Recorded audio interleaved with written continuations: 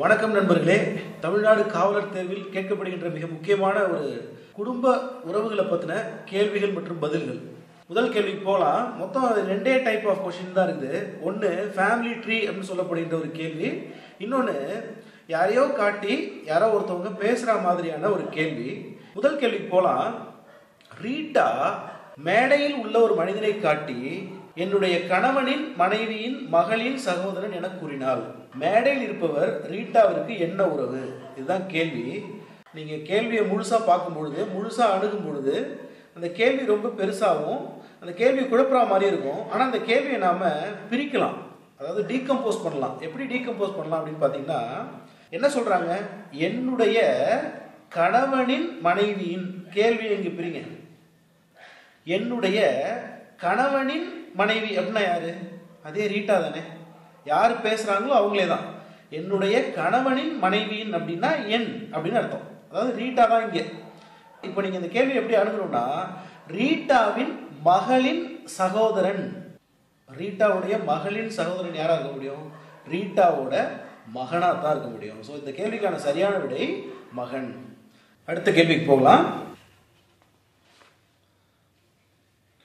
ஒருவர் ஒரு பெண்ணை பார்த்து சொன்னார், இவள் என் தகப்பனாரின் பேரனின் மனைவி. யார் சொல்றது? ஒருவர். யாரை பார்த்து சொல்றாங்க? ஒரு பெண்ணை பார்த்து சொல்றாங்க. கேள்வியை மொத்தமா அணுகாம கேள்வி பிரிங்கன்னு சொன்ன. இவள் என் தகப்பனாரின் பேரனின் மனைவி. என் தகப்பனாரின் பேரன் யாரு? கேள்வி எங்க பிரிங்க. என் தகப்பனாரின் பேரன் யாரு? என் மகன். சரிதானே? என் தகப்பனாரின் பேரன் யாரு? என் மகன். என் மகனின் மனைவி யாரு? மருமகள். மகனின் மனைவி மருமகள் என்பதுதான் சரியான விடை. இப்போ கேள்வியை எங்க பிரிக்கணும் அப்படின்னு நம்ம பார்க்கணும். கடைசி ஃப்ரேஸ்க்கு முன்னாடி பிரிங்க. அடுத்த கேள்விக்கு போகலாம். Civil type of question. Arjun ஒரு பெண்ணை பற்றி இவ்வாறு கூறினார். யாரை பத்தி சொல்றாங்க? ஒரு பெண்ணை பத்தி. இவருடைய பேத்தி என் சகோதரரின் ஒரே மகள். என் சகோதரின் ஒரே மகள் யாரு? என் சகோதரின் ஒரே மகள் எனக்கும் மகள் மாதிரி தான். எனக்கும் மகள் மாதிரி தான். என் தாய்க்கு தானே என் மகள் பேத்தியா இருக்க முடியும். அப்ப இதுக்கான சரியான விடை தாய். சரிங்களா? கேள்வி நல்லா உள்வாங்கிக்கோங்க. அர்ஜுன் ஒரு பெண்ணை பற்றி இவ்வாறு கூறினார், இவருடைய பேத்தி என் சகோதரரின் ஒரே மகள். என் சகோதரின் மகள் எனக்கு என்ன வேணும்? மகள் தான். என் மகள் யாருக்கு பேத்தியா இருக்க முடியும்?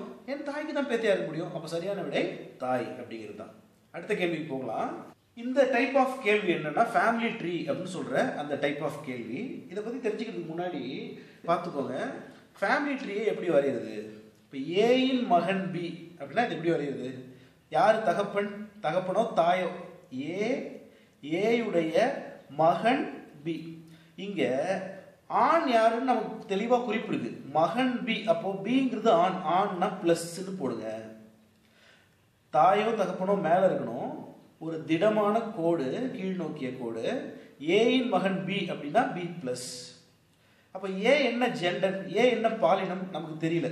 இந்த குறிப்புல பாருங்க, ஏயின் மகன் பி அப்படின்னா பி ஆணுன்னு தெரியுது, ஆனா ஏ யாருன்னு தெரியல. அப்ப விட்டுருங்க. ஏயின் தந்தை இசட்.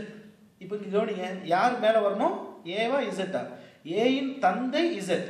அப்ப இசட்டின் மகன் ஏ. இதை இப்படி எழுதணும். இப்ப பாருங்க, தந்தை இசட்னு சொல்லியாச்சு. அப்ப இசட் தான் பிளஸ். ஏவோட பாலினம் இங்க நமக்கு தெரியாது. அடுத்தது ஏயின் மனைவி பி. தாய் மகன், தந்தை மகன், தாய் மகள் அப்படின்னா மேலிருந்து கீழே எழுதணும். ஏயின் மனைவி அப்படின்னா ரெண்டு பேரும் இணையர்கள். அப்போ ஏ பி ரெண்டு பக்கமும் இந்த மாதிரி கோடு போட்டுக்கோங்க. ஏயின் மனைவி பி. அப்ப பி என்ன பாலினம் தெரிஞ்சு போச்சு. பி அப்படிங்கிறது ஒரு பெண். பெண்ணுன்னா இந்த மாதிரி ஒரு சிம்பிள் போட்டுக்கோங்க, உங்களுக்கு ஞாபகம் வரதுக்காக. ஆணுன்னா பிளஸ் போட்டுக்கோங்க, பெண்ணுன்னா மைனஸ் போட்டுக்கோங்க. ஏயின் சகோதரன் பி எப்படி போடுறது? ஏ பி. ஏயின் சகோதரன் பி அப்படின்னா இந்த மாதிரி ஒரு லைன் போட்டுக்கோங்க. ஏயின் சகோதரன் பி. இங்கேயும் பி யாருன்னு நமக்கு தெரியுது, ஆண். ஏ யாருன்னு நமக்கு தெரியல. ஏங்கிறது ஒரு பெண்ணா கூட இருக்கலாம். ஏயின் சகோதரி பி. இதுவும் அப்படிதான். ஏ இந்த மாதிரி டாட் போட்டுக்கோங்க. பி. இப்போ பி அப்படிங்கிறது ஒரு பெண், மைனஸ் போட்டுக்கோங்க. சரிங்களா? ஃபேமிலி ட்ரீ வரையும் பொழுது இதெல்லாம் நம்ம கொஞ்சம் கவனமா பார்த்துக்கணும். அடுத்தது ஏயின் மகள் பி அப்படின்னா எப்படி எழுதுறது? ஏ இன் மகள் பி. இப்போ பிங்கிறது மகள், அதனால இப்படி போட்டுக்கோங்க. ஏ இன் தாய் ஒய், ஏ இன் தாய் ஒய், அப்போ ஒய்ங்கிறது மைனஸ். இது நம்ம தெளிவாக புரிஞ்சுக்கிட்டோம் அப்படின்னாலே இந்த கேள்விகளுக்கான விடையை நம்மளால எளிதாக எழுத முடியும். இந்த பகுதியை நீங்கள் திரும்ப ஒரு தடவை பார்த்துக்கோங்க. இப்போ நம்ம இந்த ஃபேமிலி ட்ரீயை பேஸ் பண்ணி வர கேள்விகளை எப்படி சால்வ் பண்ணுறது அப்படிங்கிறது பார்க்கலாம். கேள்வி நம்பர் 4 முன்னாடி படிச்சிருவோம். ஏ என்பவர் எக்ஸின் தந்தை ஆவார். ஏ என்பவர் எக்ஸின் தந்தை ஆவார். அப்போ எக்ஸோட பாலினம் நமக்கு தெரியல. ஏங்கிறது ஒரு ஆண், ஏ பிளஸ்.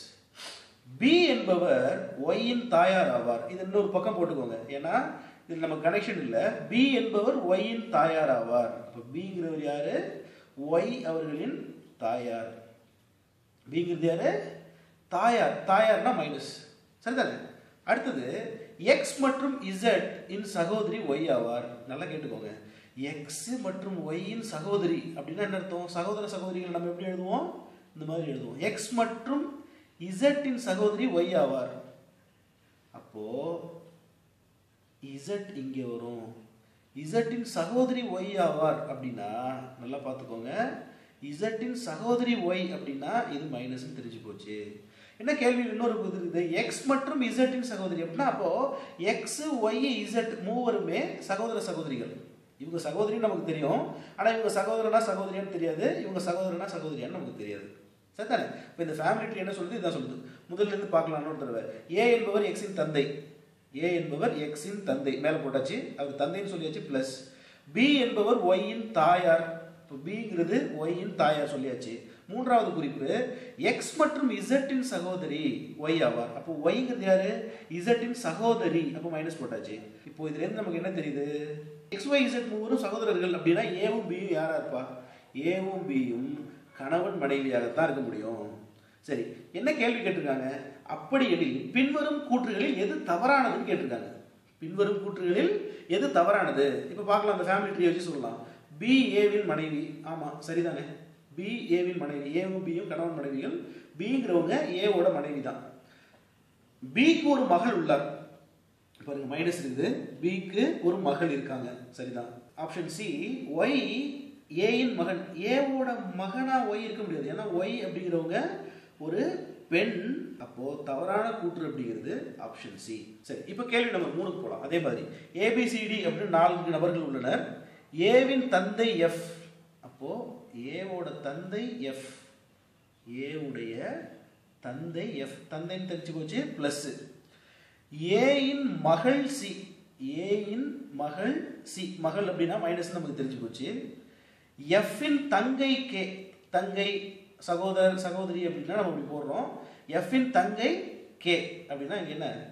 மைனஸ் போட்டுறோம். சியின் அண்ணன் ஜி. அண்ணன் அப்படின்னாலும் அப்படி போடுறோம். சியின் அண்ணன் ஜி. அப்போ அண்ணன் சொல்லியாச்சு, பிளஸ் போட்டாச்சு. எனில் ஜியின் மாமன் யார்? ஜிக்கு மாமனை பற்றின குறிப்புகள் இல்லையே. ஏயின் மகள் சி அப்படின்னா ஏயின் மகன் ஜி. அப்போ ஜிக்கு பெற்றோரோட டீட்டெயில் தான் இருக்குது, பெற்றோரோட குறிப்பு தான் இருக்குது. பெற்றோர் கூட யாராவது பிறந்திருந்தா நம்ம வேணா மாமன் சித்தப்பா அப்படி ஏதாவது சொல்லலாம். ஆனால் இங்கே யாருமே அப்படி குறிப்புகள் இல்லை. அதனால இதுக்கான சரியான விடை என்னன்னு பார்த்தீங்கன்னா யாரும் இல்லை அப்படிங்கிறது தான். சரியா? அப்போ மொத்தமே 2 டைப் ஆஃப் கொஷின்ஸ் இருக்கு. ஒன்று ஃபேமிலி ட்ரீ, இந்த மாதிரி படம் போட்டு அதுலேருந்து கண்டுபிடிக்கிறது. கொஞ்சம் ப்ராக்டிஸ் பண்ணீங்க அப்படின்னா இதை ஈஸியாக முடிச்சிடலாம். இன்னொன்று, ஒருவர் இன்னொருவரை பார்த்து கூறுவது.